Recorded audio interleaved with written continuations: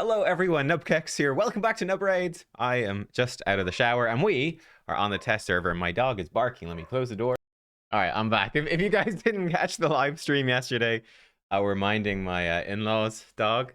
And yeah, both of the dogs are jealous and want more attention than usual because they're competing with each other. So hopefully you probably can't hear it. Microphone's pretty good, but we'll see. Anyway, let's dive in because in today's video, we have a whole bunch of new champions. And actually, there's a lot of interesting ones in here. I am very curious to see what people think about these. I'll give you my thoughts in today's video.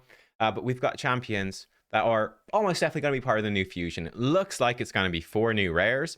Yeah, well, there are 4 new rares, probably all part of the fusion. We have some epics and some legendaries.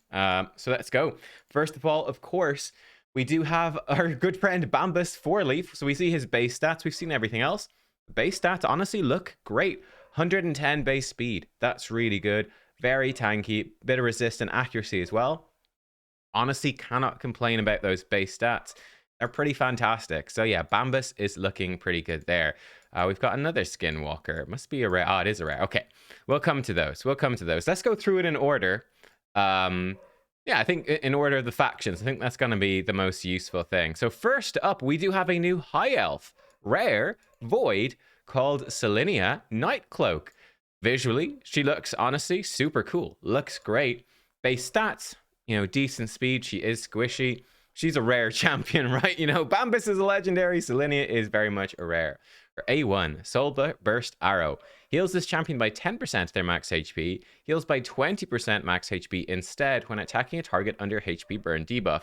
This is interesting. It's certainly kind of weird. Not a champion you would really think about being tanky or needing healing, but there you go. Her A2, Moonshot, attacks all enemies. This goes to a 3-turn cooldown when booked and has a 50 booking to 65% chance of increasing the duration of any HP burn debuffs by 1 turn.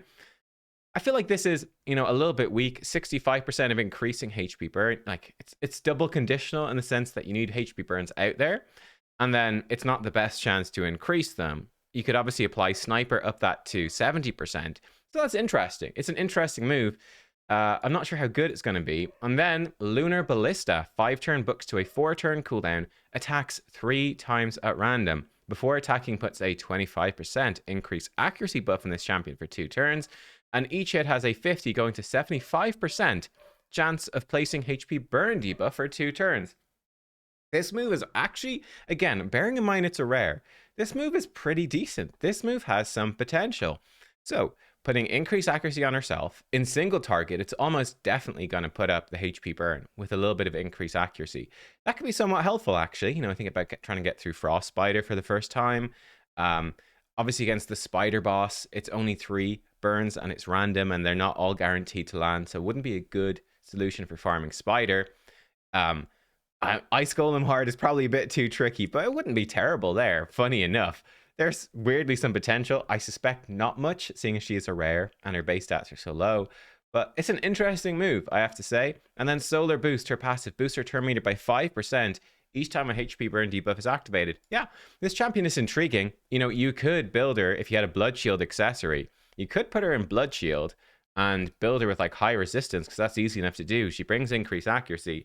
And she could be a decent mischief tank that's bringing some burns, extending them, and actually heals herself up, you know. Not amazing, but not terrible. So there you go. It's a rare champion. What do we think about that? Next we go to the other end of the spectrum. Void Legendary with Vitreous, the Anointed. This guy looks absolutely ridiculous. He looks absolutely ridiculous. Like, how does he get up in the morning, dress up like this, look at himself in the mirror and go like, yeah, I'm the guy.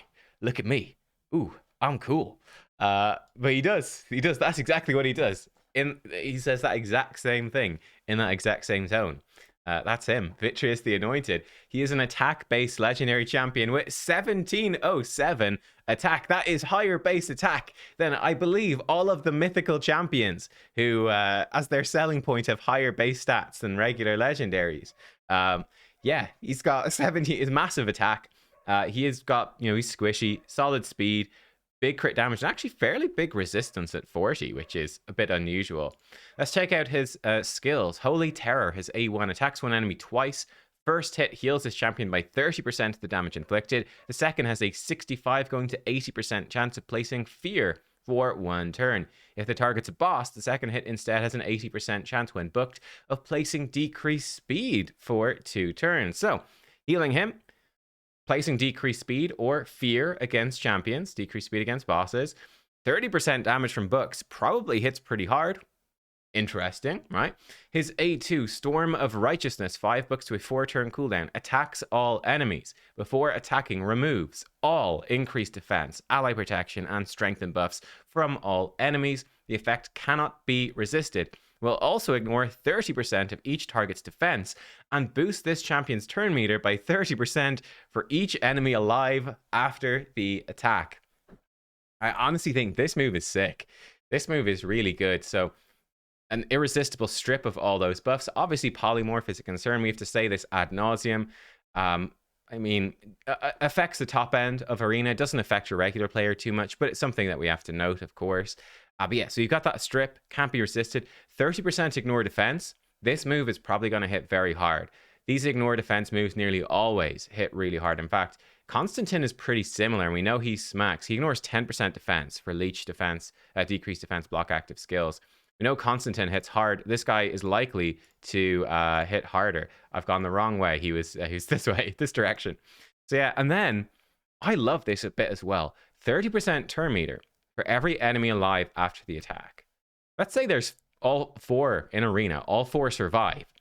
He's getting 120% turn meter. He's basically going to go again. It's extremely unlikely, if not impossible, for anyone to have more than 120% turn meter after he takes his turn. He should basically just go again, which is nuts. Even if 3 people are alive, he's going to get 90% turn meter.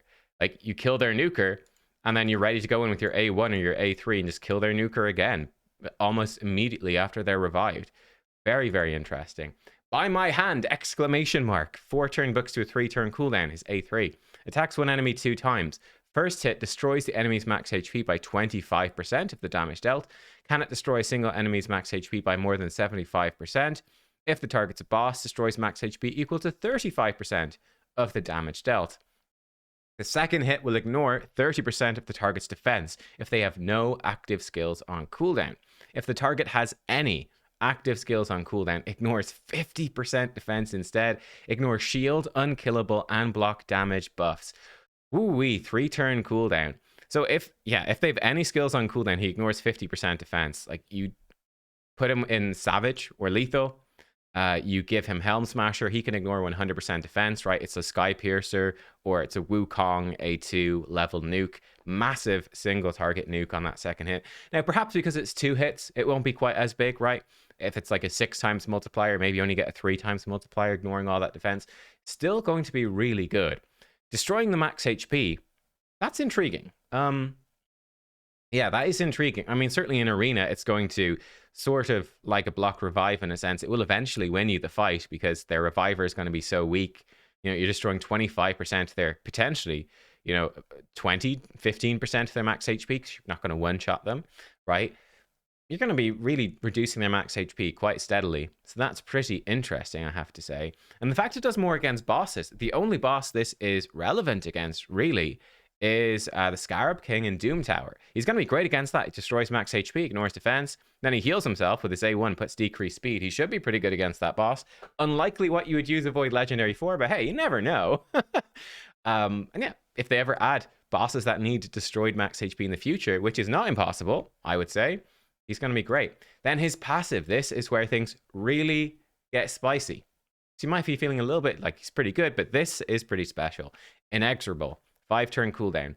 Instantly resets the cooldown of one of this champion's random active skills whenever an enemy increases the cooldown of any of their skills, and grants an extra turn if a skill's cooldown was reset. After granting an extra turn, place this skill on cooldown. I don't know why they have to say that. I think it should be fairly obvious, but there you go. Will also grant an extra turn if an ally, mastery, artifact set, or accessory decreases the cooldown of any of this champion's skills. After granting an extra turn, place this skill on cooldown. Well, okay. So what you could, in theory, do. Let's look at the second part first. Let's say you go in there, okay?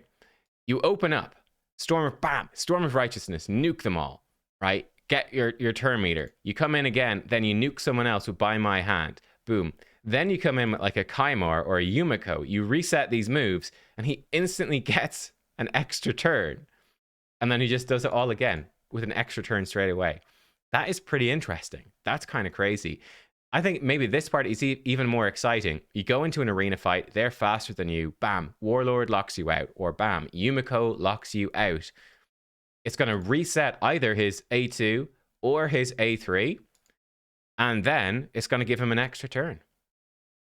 Now it's a 5-turn cooldown, but still, lock him out, he instantly goes with one of his nukes, either massive single target nuke or an AoE nuke that's going to give him a ton of turn meter. Again, very, very interesting, very exciting. Yeah, I don't know. What do we think about this guy? He seems kind of nuts. This seems, by the way, like a champion that's really going to benefit from Hydra Clash. Getting him in like a 4-set of Stone Skin, so he's got 1 turn Stone Skin. It's going to be pretty good. So yeah, you lock him out, but his turn meter isn't pushed back by Warlord, and then he gets to go and he gets to nuke, and he still has Savage. Yeah, Vitreous, pretty intriguing. There we go. New Void Legendary. Speaking of New Void Legendary, we got another one. We got another Togron the Conjoined. He's got a goat on his back. This is my new favorite champion. You know how much I love sacrificing goats. Don't know if he's sacrificing this. Maybe he's just bringing him around. Maybe he's his friend. I know he's tied up. He doesn't look super comfy. Maybe the goat likes that. Have you asked? I haven't. We don't know. But yeah, Togron, he's coming in with 110 base speed. So very fast, very tanky. Quite similar stats, actually, really, to Bambus, Forkleaf, the new fusion. So what's he got going on? A1 Mash and Mangle attacks one enemy, has a 20 booking to 50% chance of applying a buff spread effect, taking one random buff from each ally and placing it on all allies. Now this A1, this is so interesting, right? This is actually kind of crazy. So 50-50, it's one buff from every single ally, then spreads it around. You could potentially just be stacking tons of buffs on yourself, just blanketing yourselves in continuous heal, making all of your buffs much more consistent. This is pretty cool. The buff spread effect is really rare, so I'm here for this A1. Sounds kind of crazy. His A2 grubs up 5-turn, goes to a 3-turn cooldown, heals all allies by 20% of this champion's max HP. He does have good max HP. And wait till you see his passive. Places a, because I saw him already, guys. Places a 30% increased speed buff on all allies for 2 turns. Also puts a continuous heal buff for 2 turns on all allies whose HP is below 50% after the initial heal. Okay, so look, interesting move. So it's a big heal. Then he puts speed on everybody on a 3-turn. And then he puts continuous heal on people that are low on health. Okay. Potentially, again, he could be spreading those continuous heals as well. So that's interesting. Brother's Generosity, 5-turn goes to 3-turn cooldown. Increase the turn meter of all allies by 20% and puts a 50% increased accuracy buff on all allies for 2 turns. Then removes all debuffs from all allies. So it's a cleanse with turn meter increased accuracy. Interesting, right? There is active skills. I'd say like maybe a little bit underwhelming. Like he's solid. Is it Void Legendary? I mean, it is a team cleanse, turn meter increase accuracy. It's a nice move for Arena to set you up well. In fact, very much so. And the cleanse is nice. Then the heal, it's interesting. Fill your bellies. I think this is what makes him stand out as the Void Legendary. Increase this champion's max HP by 10% every time they use an active skill. Stacks up to 50%. And also increases each ally's max HP by 5% every time they use an active skill, stacking up to 50%. And these reset each round. That's pretty cool, though. So, like, in Arena, in Hydra, in Dungeons, anywhere, in Clan Boss, everywhere, number one, he's going to stack his own max HP super high, which makes this heal very, very strong. But he's also going to increase all of your team's max HP as well whenever they take turns. Like, that is kind of nuts. That's kind of crazy. Everyone just having permanently 50% more max HP when fully stacked.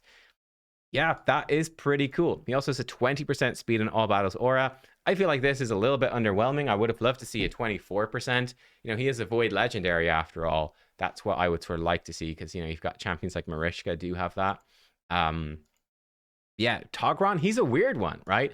So he's a weird one. I don't know. Is he actually good? Is it more of a gimmick? Will this open up unique strategies? I'm not sure.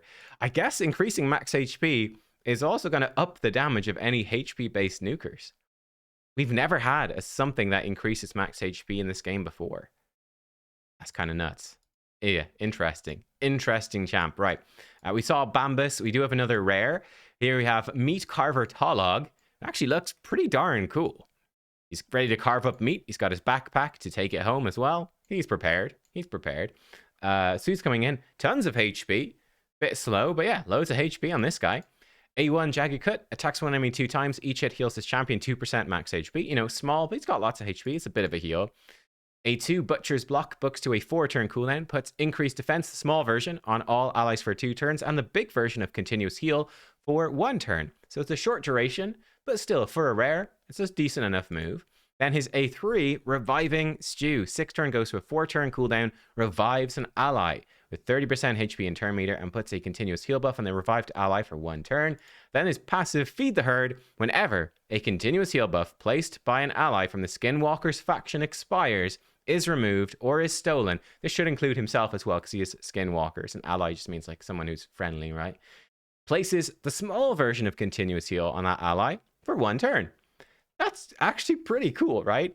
You give him the mastery that gives you a chance to extend all these buffs. He could potentially be giving you some 2-turn continuous heals. If not, he's going to turn them into the small continuous heal and maybe making that 1 turn, maybe 2 turns sometimes. I think that's actually kind of awesome. So yeah, as a rare champion, and he's just Force Affinity, so easy enough to get. I'm thinking about Faction Wars, anything like that. Suddenly you've got a good, decent reviver with heals who's nice and tanky. I think that's going to be very helpful for Faction Wars. Now, I will say Skinwalkers, considering you could get Bambus from this fusion, and we've had recently Nishak, we've had Loriaka, Sun Wukong, who we don't have on the test server, very frustrating. Uko was, I guess, over a year ago. Cleoptrix from Login Rewards. Brazelvarg was recent. Like, we've got a lot of legendary fusions, like a crazy amount, and Login champs from this faction. So people have been playing for a good while, probably find this faction quite easy. But hey, a nice reviver, just a rare to throw in there for Faction Wars. I say it's pretty nifty. Demonspawn. What do we got in Demonspawn? We have another rare. Petrifia Rockroot. Petrified Rockroot. Nice rock themed demon. She looks awesome, actually. Reminds me a bit of Warframe. But she's coming in. Base stats, nothing too special, I would say, at all. Flint Hail A1 attacks one enemy 2 times. Each hit 20% chance of placing decreased defense, the small version. If the target's under, sorry, that books up to 35%. With Sniper, you can make it 40. If the target is under poison sensitivity placed by this champion, each hit is a 20, going to 35% of placing the big version of decreased defense instead. Okay, so a bit of a clan boss, like single target boss specialist. Maybe not. AoE attack, Desiccation, 3-turn cooldown when booked. Attacks all enemies 2 times. First hit has a 75 going to 100% chance of placing the small decreased attack for 2 turns. Second hit, 50 going to 75% chance, 80 with Sniper, of placing poison, a big poison, for 2 turns. All right, so AoE, mini decreased attack, and poison. Yeah, 3 turn, that's pretty solid. Rot Pulse, 5-turn goes to 4-turn cooldown, attacks 3 times at random. Each hit has a 25 that goes to 40 or 45 with Sniper. Chance to place poison sensitivity for 2 turns. I think that's the normal I think there's only one type of poison sensitivity, actually. If all hits land on the same target, also places a 5% poison debuff for 2 turns. Yeah, she's interesting. So you've got yourself like AoE mini decrease attack with a bit of poison. That's nice for like some wave-based content. Against single target stuff, you put poison sensitivity in a poison. She can put another poison with a small decrease attack here. She can be putting decreased defense. Seems like a sort of early game. Yeah, sort of early game clan boss champ. A early game dragon champion. Pretty good for that too. And yeah, then maybe helps you a bit with Faction Wars as well. Like a bit of wave clear. And then, you know, pretty decent against the boss. That's interesting. Just a regular old rare, but not bad. These rares seem to me, honestly, to be pretty solid. And I think we have... Oh no, we've got an epic here and a rare. Let's look at the rare first. I think this might be the last rare. Longsword Tarux. He's a defense-based rare from the Knight's Revenant. Again, looks pretty cool, honestly. Looks pretty cool. He's got good HP and defense for a rare. And, you know, that's about it. Festering Claymores A1 attacks one enemy, has a 35 going to 45% chance of placing Leech for 2 turns, damage based on defense. Putrescent Cut, 4-turn going to 3-turn cooldown, attacks all enemies. Before attacking, puts 30% increased defense buff on all allies for 2 turns. That ups his damage, which is nice. And then a 45 going to 65% chance of placing Provoke for 1 turn. Damage based on defense. Cool. Blade Breaker, his passive. So his passive always on. Counterattacks when hit by an enemy under Provoke. Again, that's pretty great. This guy's great, right? Because he can put out a Provoke. He's tanky, he can take the hits, and then he gets to A1 them and put Leech out. That's nifty. Then the active effect, which is a 4-turn cooldown when booked, puts block damage on this champion for 1 turn if the incoming damage exceeds 20% of his max HP. That's very easy to trigger on a short cooldown. That's honestly pretty cool. 25% defense in dungeons. I think this guy is actually great. I think this is a great little rare. Yeah. He's going to make your team tankier and provide the provoke on a short cooldown. He's probably going to do pretty decent damage. Brings you leech as well to increase defense. He's not going to die. He's got the counterattack. I'd say for like new players, especially like getting through your dungeons up to level 20 for the first time, I think this guy's going to be fantastic to protect your team and help you through those waves, right? Good crowd control like this is actually quite rare when you start off the game. This guy seems great. I think he's really solid rare. Then we come to the epic Malkith Bloodflock. Wow, look at this guy. This guy either looks super cool or really dumb. I'm not sure which. He feels maybe like more of a dark elf. Like the Knights Revenant tend to be pretty serious and pretty badass and cool and lots of like poison themed, right? They tend to be kind of awesome. I feel like this guy doesn't quite fit in with he's like, hey guys, I'm really cool too. And they're like, dude, you're dressed as a bird. That's not cool. What are you doing? Malkith, at it again. Oh my god, who invited this joker? I don't know. I feel like he'd fit in the Dark Elves really well. They'd be like, yeah, Malkith, you're badass. I feel like the Knights Revenant would be a bit like, Malkith, you're trying way too hard, man. You're trying way too hard. We don't go that hard here in the Knights Rev. We're like understated cool. Come on, dude. Anyway, base stats. Decent, nothing crazy. Death Plume, his A1 attacks when enemy has a 50, goes to 70% chance of stealing one random buff from the target. Pretty good, actually. A2, Hemo Bomb. 4-turn goes to a 3-turn cooldown. Attacks all enemies, has a 75 going to 100% chance of decreasing the duration of all enemy buffs by 1 turn. Also has a 75 going to 100% chance of increasing the duration of all ally buffs by 1 turn. Wow, okay. This move is great. This move is really, really good. Definitely in Faction Wars for Knights Rev, that can be kind of tough. I think you've got Valkyries in there. So it's a difficult faction. He can steal off their counterattack or shield. And then he can also decrease the counterattack or shield. That's pretty big. Increasing ally buffs, that's also pretty nifty as well. On a 3-turn cooldown, we've talked about with the fusion. He has increased buffs on a 4-turn, and that being a pretty big downside. Having it on a 3-turn is really nice. So that's a really good move. Then Blood Transfusion, 6-turn goes to 4-turn cooldown, revives 2 random allies with 30% HP and 30% turn meter, and puts a shield on revived allies for 2 turns, equal to 30% of his max HP.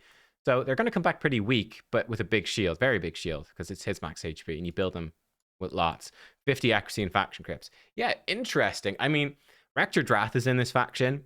Rector Drath is great. You could combo them together. This will make Knights Revenant a much, much easier faction. I think the boss also steals your buffs. So that's pretty great. He can decrease the buffs. He can steal them back. That's pretty huge. Brings the revive. Going to really help. He definitely seems like a faction war specialist. But I'd say in particular, the increasing ally buffs could make him fairly useful anywhere where that is like a relevant thing. Like he's going to be fairly decent for Hydra. He can steal off buffs. That's cool. Yeah, make you a bit more consistent. Like, seems like not an amazing champ, but pretty solid, actually. Pretty solid. And then we've got one final champion. The final one is an epic Pan the Bowhorn. We got ourselves a satyr here in Raid Shadow Legends. Very cool. And the Sylvan Watcher seems appropriate. Straight from Narnia, I guess. Looks cool. Base stats. Nothing too special, honestly. He's an attack-based champion. Cryo Slash, A1. Attacks one enemy 2 times. Each hit has a 30, going to 50% chance of placing freeze for 1 turn. Ignores 50% of the target's resistance if the target's speed is equal to or less than this champion's speed. Wow, that's interesting. Wow, he can ignore resistance if they're slower. A lot of like half of their resistance. Wow. Wow, okay. So he's got a really good chance to freeze, huh? That's funky. That is fun for an A1. That's funky. Right. Emerald Salvo. 3-turn cooldown when booked. Attacks all enemies. Before attacking, puts increased attack and increased speed on this champion for 3 turns. Well, there you go. He gives himself increased speed. Also gives himself increased attack. That is big. This faction, you know, I love Mistrider Dahi because he provides his own increased attack. There is no other increased attack in the faction. Well, Pan, fortunately, he's the same affinity as Dahi, but he's providing his own increased attack. That's pretty cool. Self-buffing. Self-buffing before attacking as well. I like that. Is A3 then. Books to a 4-turn cooldown. This is a long skill. Woodland Spectre. Attacks one enemy 3 times. Each hit ignores 10% defense. Each hit also has a 75 bucking to 100% chance of placing True Fear for 2 turns. Wow, 3 chances. 100% chance to place True Fear. That's a weird one. Okay, sure, I guess. Will ignore 50% of the target's resist if the target's speed is equal to or less than this champion's speed. If the target is a boss, has a 100% chance when booked of placing 25% weaken for 2 turns instead. Ignores 50% of the target's resist. Okay, same thing. So, okay, cool. If it's a boss, it's a triple hit that ignores defense and places weaken on every single hit. If it's a champion, it's a triple hit ignoring defense that places True Fear. And if he's faster than them, he ignores 50% resistance. And he's got a 20% speed in Dungeon's Aura. Man, this guy is pretty funky. This guy's pretty cool. Like, yeah, he's self-buffing. He's got double hit and a nice triple hit. Seems like a decent normal Fire Knight champion. Seems like a decent champion for like earlier levels of Fire Knight hard as well. He could actually be pretty good. Right, brings wave clear, multi-hits, probably fairly decent damage, brings weaken. And then bring some freezes too. He could be quite helpful, even alongside a Newt with a speed aura too for Fire Knight hard. That is quite interesting. And it seems like a great one for faction crypts as well. Like, bam, boosting himself up, smacks hard. He can bring some freezes. He can True Fear. He can weaken the boss. Yeah. And looks like he's got 15 base accuracy. Ignoring half resistance, he's going to be quite easy to build to place those debuffs and still do good damage. I think Pan the Bowhorn is a bit of a winner. Honestly, he seems pretty great. So there you go, guys. They are all the new champions coming in the patch today, I think, or tomorrow, probably tomorrow. What do you think? I honestly think we got a pretty nice batch of rares and a pretty nice batch of epics and interesting legendaries as well. A couple of void legendaries in there. Yeah, they don't often add new rares into the game, but I do feel like they've put an effort in to make the rares pretty good. Like, I feel they're fairly on the level of the Sylvan Watcher rares, which have been pretty solid, right? I think they're on a very similar level. All of the rares they've added in, as you know, they are just rares, but they're pretty usable. They're pretty handy. They might be a big help for some accounts. The epics are quite nice too. Yeah, it's an interesting one. Look, guys, I'll be back soon with a showcase of Bambus 4-Leaf, the fusion himself. Thank you for watching. Hope you enjoyed. Give it a thumbs up, and I'll see you all later. Goodbye.